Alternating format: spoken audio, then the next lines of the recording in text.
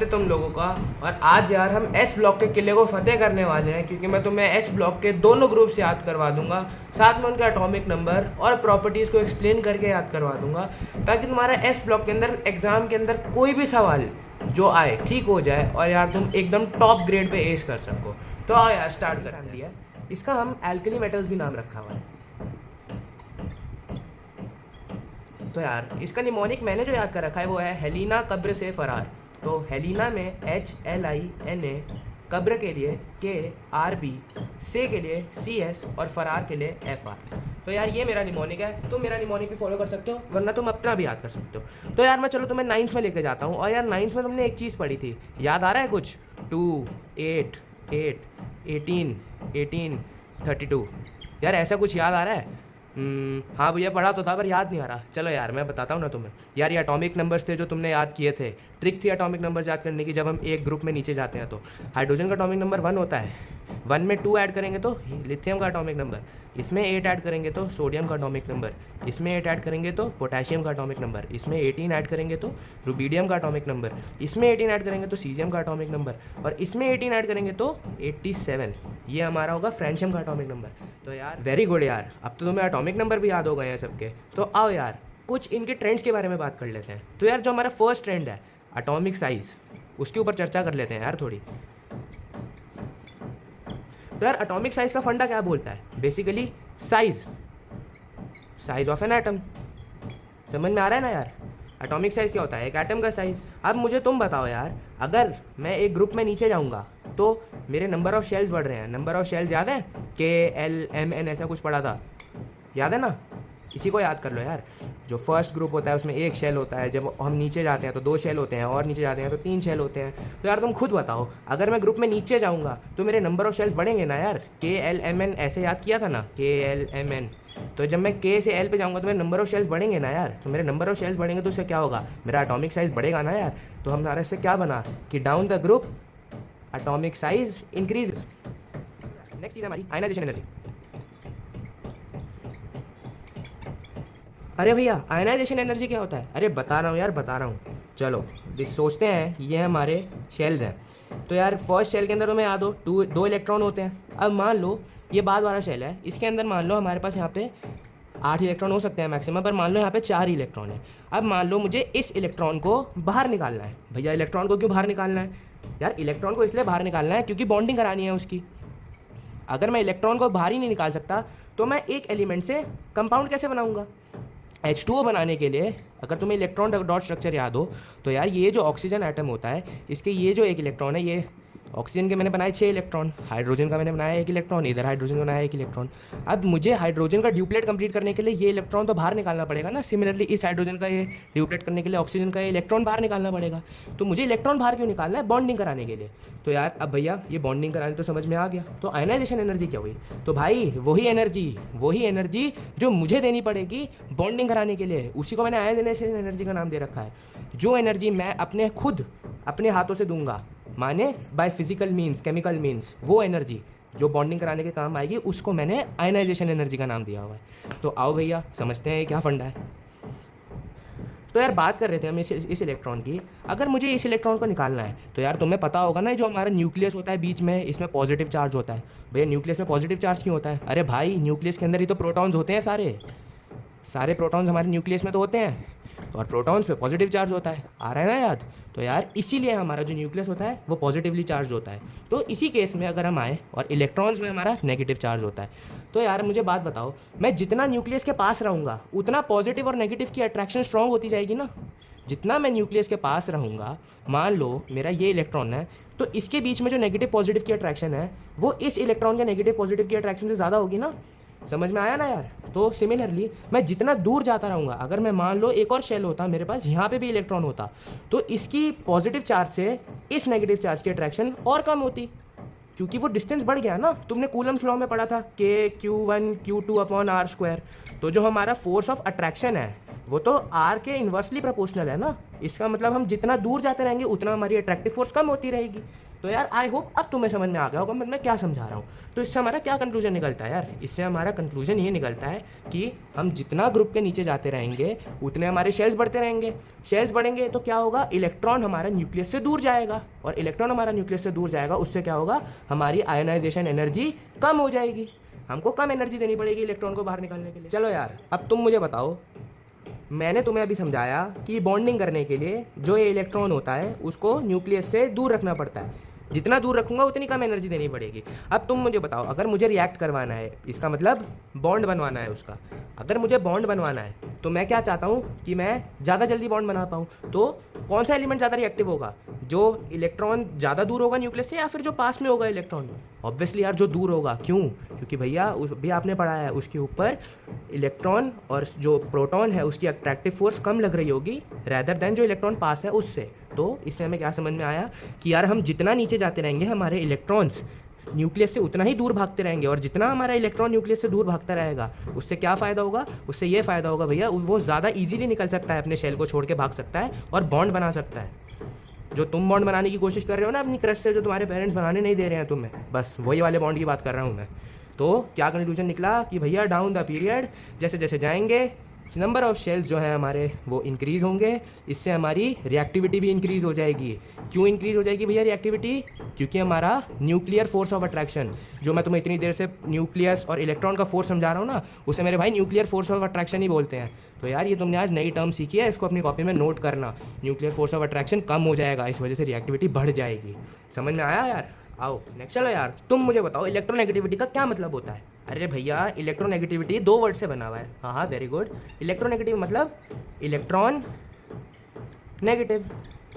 इससे हमें क्या समझ में आया? अरे न्यूक्लियस की टेंडेंसी भैया कि वो इलेक्ट्रॉन को अपनी तरफ अट्रैक्ट कर सके। Very good.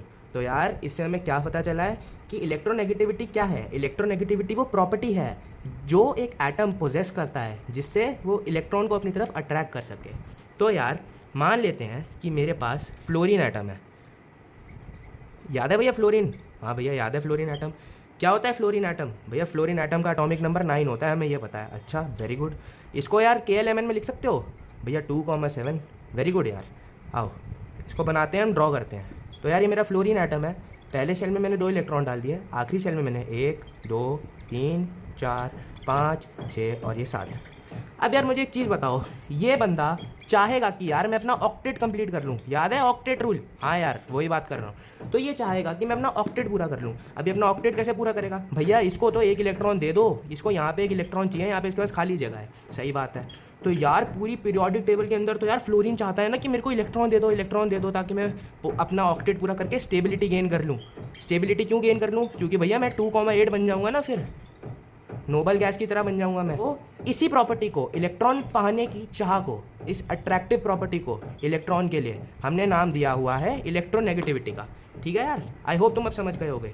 तो चलो आओ मैं तुमसे अब क्वेश्चन पूछता हूँ और तुम मुझे बताना कि भैया डाउन द ग्रुप इलेक्ट्रोनेगेटिविटी बढ़ेगी या कम होगी। क्या होगा? हमारा जो इलेक्ट्रॉन पाने की चाह है, अब इलेक्ट्रॉन को अट्रैक्ट कौन करेगा? ये अंदर बैठा हुआ न्यूक्लियस में जो प्रोटॉन है यही तो अट्रैक्ट करेगा इस इलेक्ट्रॉन को। जो इलेक्ट्रॉन बाहर घूम रहा है, एटम के बाहर घूम रहा है इलेक्ट्रॉन, उसको कौन अट्रैक्ट करेगा? ये बाहर वाले इलेक्ट्रॉन तो रिपेल करेंगे ना। अट्रैक्ट कौन करेगा? ये जो अंदर बैठा न्यूक्लियस है यही तो अट्रैक्ट करेगा उस इलेक्ट्रॉन को कि आओ हमारे साथ जुड़ जाओ आके। तो जितना हम दूर जाते रहेंगे उतना बाहर के इलेक्ट्रॉन को अट्रैक्ट करने की टेंडेंसी रिड्यूस होती रहेगी। क्यों भैया? अभी आपने पढ़ाया था कि force is inversely proportional to r², जिसके अंदर r हमारा ये डिस्टेंस हो गया, ये वाला डिस्टेंस r की बात कर रहे हैं हम। तो जितना डिस्टेंस बढ़ता रहेगा उतनी हमारी फोर्स ऑफ अट्रैक्शन कम होती रहेगी। तो हमारी फोर्स ऑफ अट्रैक्शन कम हुई डिस्टेंस बढ़ने की वजह से, और डिस्टेंस कब बढ़ा? जब हम नीचे मूव करें। तो इससे हमारी भैया क्या कंक्लूजन निकली? भैया इससे हमारी ये कंक्लूजन निकली कि अगर हम ग्रुप में डाउन द ग्रुप जाएंगे तो हमारी जो इलेक्ट्रोनेगेटिविटी है, अब तुम बड़े हो गए हो यार, नेगेटिव लिखने के लिए टाइम नहीं वेस्ट करोगे, नेगेटिव साइन लगाओगे, तो जो हमारी इलेक्ट्रोनेगेटिविटी होगी वो क्या होगी भैया? कम हो जाएगी। It will reduce. I hope यार अब तुम एग्जाम में भी इस चीज़ को एक्सप्लेन करके खुद लिख पाओगे। Very good. चलो यार लास्ट कंपोनेंट है मेटालिक कैरेक्टर। और यार तुम्हें एक चीज़ बताऊं, तुम्हें कोई बताएगा नहीं यार, इसको ही इलेक्ट्रोपॉजिटिविटी भी कहते हैं। अब मेरे हिसाब से अब तुम समझदार हो गए हो, अब तुम मुझे बता दो कि भैया इलेक्ट्रोपॉजिटिविटी क्या होता है। अरे भैया, आपने अभी बताया कि इलेक्ट्रॉन जो मेरे शेल के बाहर घूम रहा है, ये इलेक्ट्रॉन जो मेरे शेल के बाहर घूम रहा है, इसे अट्रैक्ट करके अपने शेल में जोड़ने की टेंडेंसी को इलेक्ट्रोनेगेटिविटी कहते हैं। अरे तो भैया, जो इलेक्ट्रॉन मेरे शेल में है उसको अगर मैं बाहर छोड़ दूँ इलेक्ट्रॉन बना के, जो मेरे शेल में है उसको मैं अपने से अलग कर लूँ, जोड़ने की जगह अलग कर लूँ, तो उसको क्या बोलेंगे? अरे भैया, उसी को तो इलेक्ट्रोपॉजिटिविटी बोलेंगे। आ गया ना समझ? Very good. तो चलो अब तुम मुझे बताओगे कि इलेक्ट्रोपॉजिटिविटी या फिर मेटालिक कैरेक्टर, मेटालिक कैरेक्टर को और बोलते हैं रिलेटिवली बेटर बॉन्ड बनाने की टेंडेंसी। समझ रहे हो क्यों बेटर बॉन्ड बनाने की टेंडेंसी? क्योंकि हम अपना इलेक्ट्रॉन को ईजिली मूव कर सकते हैं बाहर। अब मुझे बताओ, इलेक्ट्रॉन को हम इजीली बाहर कैसे मूव कर सकते हैं? जब जो हमारा न्यूक्लियस है उससे जो इसकी फोर्स ऑफ अट्रैक्शन है वो रिड्यूस हो जाए। और फोर्स ऑफ अट्रैक्शन कैसे रिड्यूस कर सकते हैं हम? भैया, उसको न्यूक्लियस से दूर भेज दो। जैसे तुम्हारी क्रश ने तुम्हें भेज दिया अपने से, उसी तरीके से तुम्हें अपने न्यूक्लियस से इस इलेक्ट्रॉन को दूर भेजना है। तुम जितना दूर भेज दोगे वो इतना ईजिली निकल जाएगा, इतना ईजिली निकलेगा, उसकी उतनी ज़्यादा इलेक्ट्रोपॉजिटिविटी हो जाएगी। समझ में आया यार? तो इसका ऑर्डर क्या बनेगा? आओ ऑर्डर बनाते हैं इसका। इसका ऑर्डर क्या बनेगा भैया? Down the group. हम जैसे नीचे जाएंगे हमारा साइज़ तो बढ़ेगा। साइज़ बढ़ने से क्या होगा भैया? इलेक्ट्रॉन और प्रोटॉन की जो अट्रैक्शन है वो कम हो जाएगी, तो इलेक्ट्रॉन्स लूज इजीली हो जाएगा। अगर इलेक्ट्रॉन लूज इजीली हो जाएगा तो मोर इलेक्ट्रोपॉजिटिव। क्यों? क्योंकि वो जल्दी बाहर जा रहा है। तो अब मेरे हिसाब से तुम लोग सब सीख गए हो यार, क्योंकि तुम्हें सारे ट्रेंड्स एनालाइज करने आ गए हैं और तुमने कुछ भी याद नहीं किया, सब कुछ तुमने यार अंडरस्टैंड से समझा है। तो यार मैं बहुत खुश हूँ अगर तुम्हें ये सब समझ में आया। तुम्हारा कोई भी डाउट हो तुम प्लीज़ मुझसे कमेंट सेक्शन में पूछना, मैं तुम्हें वहाँ पे भी समझा दूंगा। तो अब हम ग्रुप 2A की बात करते हैं। तो भैया अब ये ग्रुप 2A क्या है? अरे भाई, alkaline earth metals. S block में भूल गए क्या उसको? मैंने इसका निमोनिक क्या याद है? बेटा मांगे कार स्कूटर बाप राजी। मेरे पापा तो नहीं होते यार, तुम्हारे हो जाते होंगे। तो बेटा मांगे कार स्कूटर बाप राजी। Beryllium, magnesium, calcium, strontium, barium, radium. चलो यार, याद है क्या? क्या भैया? अरे अभी तो बताया था मैंने। हाँ जी। अरे ये 2 कब यूज़ करते हैं भैया? जब फर्स्ट पीरियड का एलिमेंट हो। पर भैया बेरिलियम तो सेकंड पीरियड का एलिमेंट है, हाइड्रोजन था फर्स्ट पीरियड का एलिमेंट, तो हाइड्रोजन आता है बेरिलियम से ऊपर। भैया बेरिलियम क्या है? अच्छा बेटा, सही पकड़ लिया। बेरिलियम बेटा 2 कहाँ से शुरू होगा? इस पॉइंट से। अब बेरिलियम का एटॉमिक नंबर क्या होता है? 4। तो भैया 4 में क्या ऐड करूँ? 8। 8 ऐड करने से क्या बनेगा? 12। भैया अब 12 में क्या ऐड करूँ? 8। क्या बनेगा? 20। भैया 20 में क्या ऐड करूँ? अरे 18 ऐड करेगा ना भाई, क्या बना? 38। फिर 18 ऐड करूँ तो भैया क्या बनेगा? 56। अब उसके बाद मैं फिर 32 ऐड करूँ तो क्या बनेगा? 88। अरे वाह भैया, एटॉमिक नंबर भी याद हो गए। अरे यार, तुम तो बहुत जल्दी सीख रहे हो यार। चलो अब हम प्रॉपर्टीज़ की बात करते हैं। ये सारे ही सेम रिजल्ट आएंगे। क्यों? क्योंकि हमने तो कुछ याद ही नहीं किया, हमने तो सब कुछ समझा है। और लॉजिक तो ऊपर से नीचे जाने का लॉजिक तो हमेशा ही सेम रहेगा ना। तो जो मैंने तुम्हें 5 प्रॉपर्टी पढ़ाई थी वो पाँचों की पाँचों प्रॉपर्टी इस केस में भी सेम रहेंगी और वैलिड है। क्यों वैलिड है? क्योंकि भैया हमने तो सिर्फ बेसिक यूज़ करा है, force of attraction which is inversely proportional to r square. और दूसरा कॉन्सेप्ट हमने कौन सा यूज़ किया है कि भैया down the group shells increase होते हैं, और शेल्स इंक्रीज करने से क्या होता है भैया? न्यूक्लियर फोर्स ऑफ अट्रैक्शन कम हो जाती है। न्यूक्लियर फोर्स ऑफ अट्रैक्शन माने पॉजिटिव और नेगेटिव की अट्रैक्शन। तो यार तुम तो सब सीख गए हो। अब एस ब्लॉक का मेरे हिसाब से तो तुम कोई भी क्वेश्चन बना लोगे यार, तुम तो बहुत स्मार्ट हो गए। तो चलो यार, आज की वीडियो के लिए इतना ही। मिलेंगे अगली वीडियो में, जो तुम्हारे को एक और ऐसी कोई नई ट्रिक सिखाऊंगा जो तुम्हें किसी ने आज तक नहीं बताई होगी, और तुम एकदम एस कर लोगे अपना एग्जाम। तो चलो यार, नेक्स्ट वीडियो में मिलेंगे। तब तक के लिए बाय यार।